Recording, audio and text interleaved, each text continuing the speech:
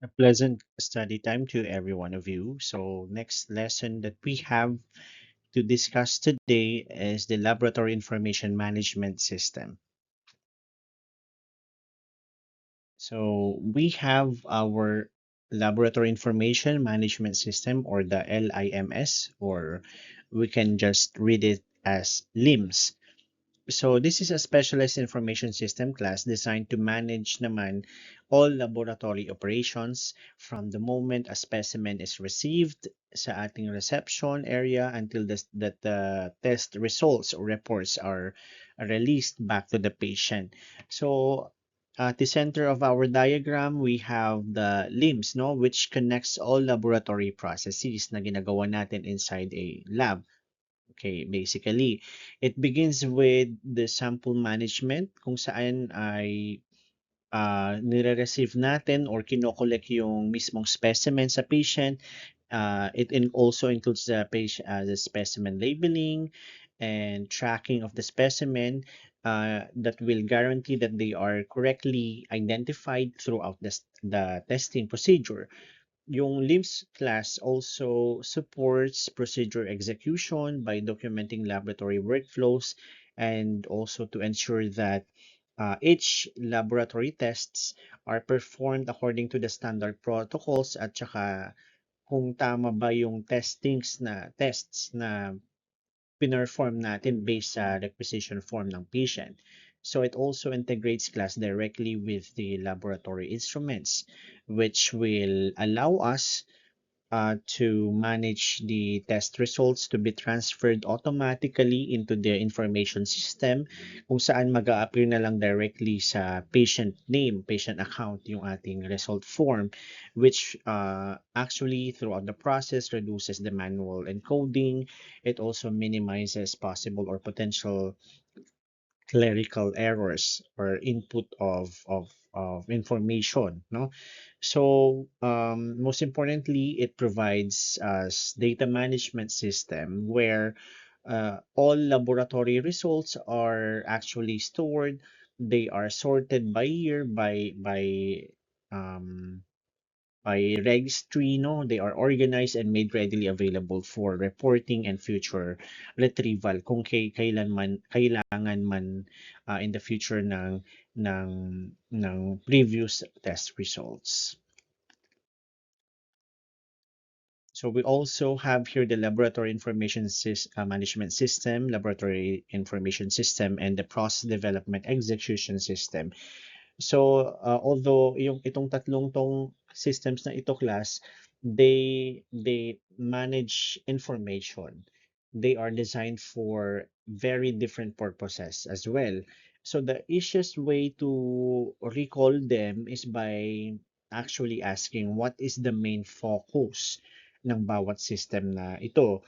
So first, we have the LIMS or the Laboratory Information Management System. So kapag LIMS ang tinutukoy natin class, it is basically sample-centered.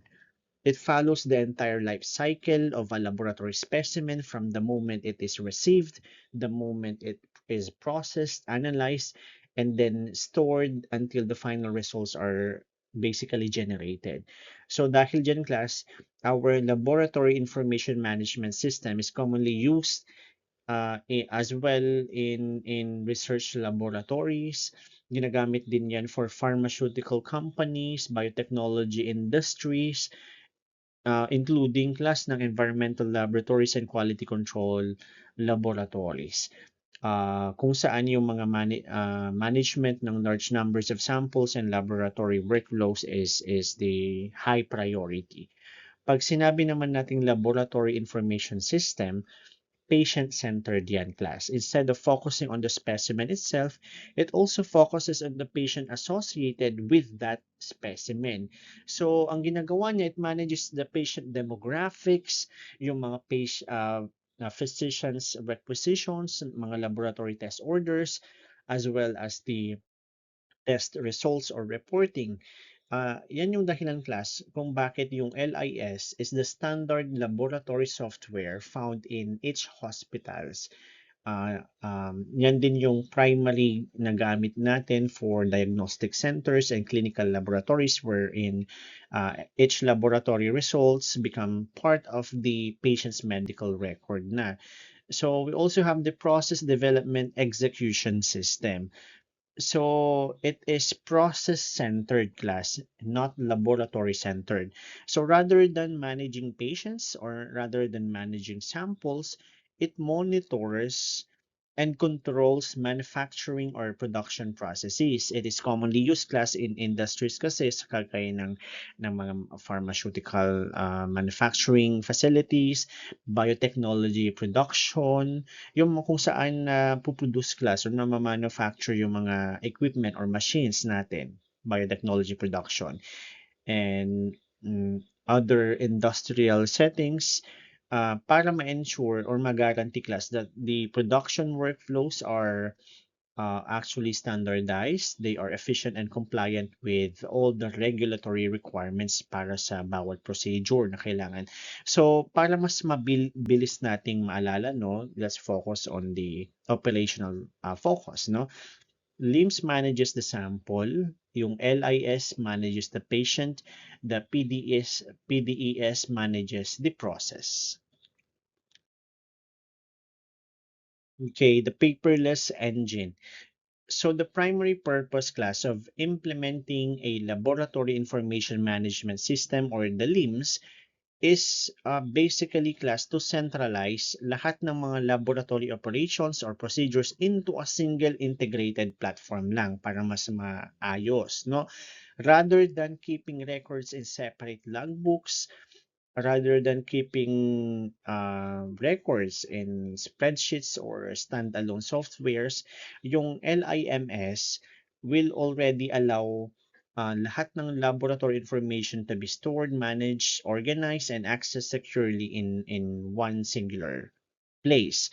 So that class basically supports the transition toward a paperless laboratory where information is even easier to organize, easier to retrieve, and share sa other healthcare providers. So dito sa diagram natin, in our simple diagram flash on this present slide, no, LIMS serves as the central storage hub, parang central hub that will connect different laboratory functions. So it receives data from manual or electronic data entry, integrates with electronic laboratory notebooks for digital documentation, and then connects with ERP systems and compliance databases for inventory and regulatory management, and supports client tracking as well as client billing, no? Or client, ibang term natin for patient, no? Since these components are already interconnected, information flows smoothly without the need for repeated data entry or paper-based records. So dahil dito sa very efficient class na integration, our laboratory information management system um, objectively improves laboratory efficiency. It reduces transcription errors or typing errors, enhances data security, ensures compliance with the quality standards, and most importantly, no, it speeds up the entire testing process. Okay, ano naman yung mga core features ng ating LIMS or Laboratory Information Management System? So para mas ma-organized yung ating um, discussion or the input of information here, no, kinategorize ko sila into four major um, features: sample and workflow, quality and compliance, asset and resource, and data and reporting para mas mabilis din i-memorize. So, unahin natin yung sample and workflow. So this class focuses on managing the sample throughout its entire life cycle, no, from barcoding or barcode identification and chain of custody to method management and time tracking. So yung mga features na to will make sure na lahat ng sample is properly identified. It makes sure that they are traceable and processed according to the standard procedures ng lab. So next we have the quality and compliance. So yung mga features na nandito naman will help laboratories maintain high standards through quality assurance, mga audit management, regulatory compliance, and staff training. Ito class ay very especially important for laboratories seeking accreditation or complying with international standards kagaya ng ISO certification or the ISO 15189 or good laboratory practice na kung tawagin natin. Next one, we have the asset and resource management. So since LIMS class keeps track of laboratory resources, no, including the inventory, equipment maintenance and calibration as well, and personal workload, no, it ensures or it guarantees that instruments are functioning properly. It also ensures that supplies are readily available and staff assignments are well managed. And and last but not the least, no, data reporting, which focuses on collecting, organizing, communicating laboratory information. So it supports class both manual and electronic data entry, document management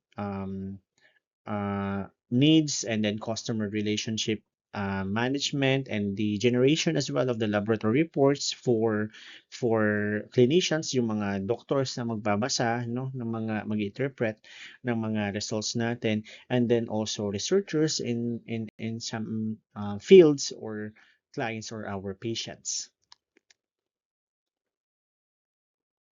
Eliminating the human error checkpoint. So that's only a headline on ng ating slide, but one of the biggest sources of errors inside a laboratory is manual data entry, and that has been supported by many literatures over time, class. So with a bidirectional interface, that step is basically omitted na. So the laboratory information management system automatically sends the test request to the analyzer agad-agad. And once the analyzer finishes the testing, it sends the results straight back to the laboratory information management system. So nagkakaroon nga ng bidirectional interface, no? uh, Mas automatic na yung transmission ng results and the information needed, no? So there's no need na for someone to type everything in manually. So ibig sabihin class, fewer transcription errors, faster yung ating TAT or turnaround time, and much more efficient workflow. So it also allows laboratory staff to basically spend more time on quality assurance, quality control, and patient care instead of any extraneous repetitive encoding. Kasi direct transmission na ayun na nangyayari with the use of bidirectional interface. Okay, we also have here the multi-tiered value proposition, or including the strategic outcomes, employee enablement, and as well as the operational efficiency. So if we look at the bigger picture class, the benefits of laboratory automation already goes beyond just eliminating manual data entry, di ba? It creates value at different levels. So at the foundation is the operational efficiency, wherein class yung ating automation continually improves processing speed, connects different laboratory systems, and keeps everything in a singular centralized platform. The next level is our employee enablement, no? Because of the routine tasks are made automated already, the laboratory personnel can work more efficiently and also easily track samples, collaborate better, and spend more time on activities that require professional judgments. And also, we have the strategic outcomes at the which all of the prior mentioned class leads to strategic outcomes at the organizational level. So, such as lower operating costs, improve yung ating laboratory safety and ensure compliance with regulatory and accreditation standards. So, ibig sabihin, class, we can deduce actually that automation doesn't just make individual tasks more or faster. It improves the performance of the entire laboratory.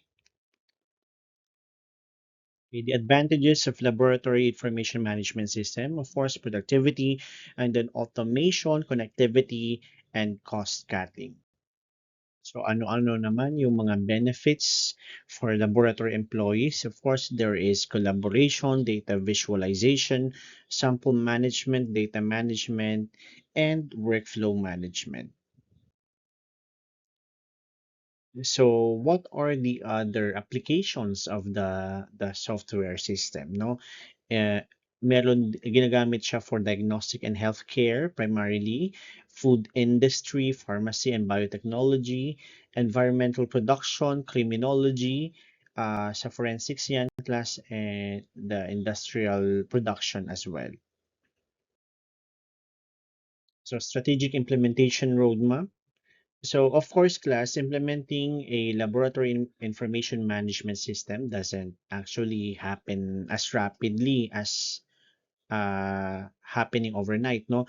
It usually follows a procedural concept din, of course, kagaya din sa lahat mga gusto nating i-implement, no?